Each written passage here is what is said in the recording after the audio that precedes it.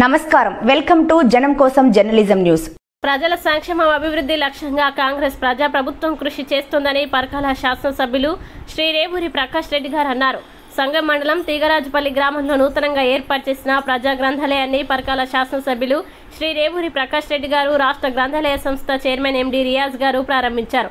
రైతు వేదిక ప్రాంగణంలో మొక్కల్ని నాటారు. అంతకుముందు గ్రామ ప్రజలు, మహిళలు కోలాటాలు, డప్పు చప్పులతో ఘన స్వాగతం పలికి భారీ ర్యాలీ నిర్వహించారు. ఈ సందర్భంగా రైతు వేదికలో ఏర్పాటు చేస్తున్న సమావేశంలో ఎమ్మెల్యే గారు మాట్లాడుతూ ప్రజా గ్రంథాలయాలు ప్రతి గ్రామంలో అవసరమని, గ్రంథాలయాల ఏర్పాటుకు అవసరమైన నిధులు మంజూరు చేయిస్తానని తెలిపారు.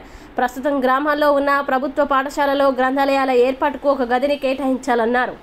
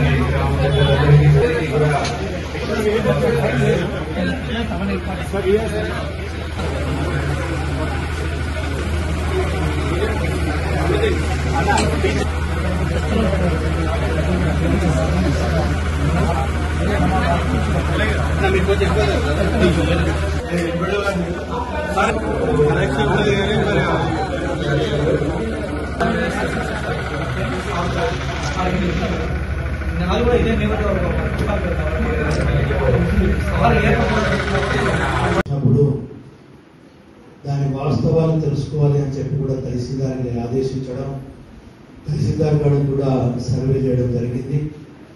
దాంట్లో 18 గుంటలు అంటే యాక్చువల్గా అంతకుముందు అసైన్ అయింది. ల్యాండ్ కొంత మన తండా సోదరుడికి అసైన్ అయింది. అతను మళ్ళీ అమ్మడం జరిగింది. అది కొంతనేమో ప్రభుత్వపరమైన ల్యాండ్ ఉండాలి. దాంట్లో ఆ వివరాలు కూడా మొత్తం తీయించాము. వాళ్ళిద్దరికి కూడా నోటీసులు కూడా ఇవ్వడం జరిగింది. మీకు ఏ విధంగా వచ్చినాయి, దానికి ఉన్న మూలం ఏంటి. ఎందుకంటే అసైన్ ల్యాండ్స్ సంబంధించి అతను ఆ కుటుంబ సభ్యులు వారి సత్తానికి వాడుకోవచ్చు, ఉపయోగించుకోవచ్చు.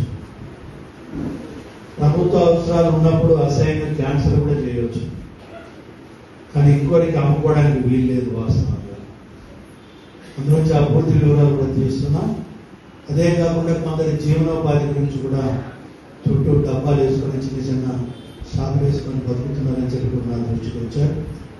సరే, వాళ్ళ జీవనోపాధిని కూడా మనం చెడగొట్టడం కరెక్ట్ కాదు. కనుక వాళ్ళకు అవసరం ఉంటే ఇంకా కరెక్ట్ సౌకర్యంగా వాళ్ళు ఏ విధంగా ఏర్పాటు చేసుకొని మిగిలిన భూమిని బయటికి తీసి ప్రజల అవసరాలకు ఉపయోగించాలనే ఆలోచన ఉన్నమాట వాస్తవము. అదే కాకుండా ఇంకొంత ఆబాది భూమి కూడా ఇతరుల యొక్క ఆక్యుపేషన్ కూడా వెళ్ళిందని నా దృష్టికి వచ్చింది. దాన్ని కూడా పూర్తి స్థాయిలో సర్వే చేయించి వాస్తవాలు బయటికి తీసి ప్రభుత్వ అవసరాలకు, ముఖ్యంగా ప్రజల యొక్క అవసరాలకు ఉపయోగించాలనే ఆలోచనలో మనం ఉన్నాం. అదే కాకుండా నేను ఎమ్మెల్యే అయిన వెంటనే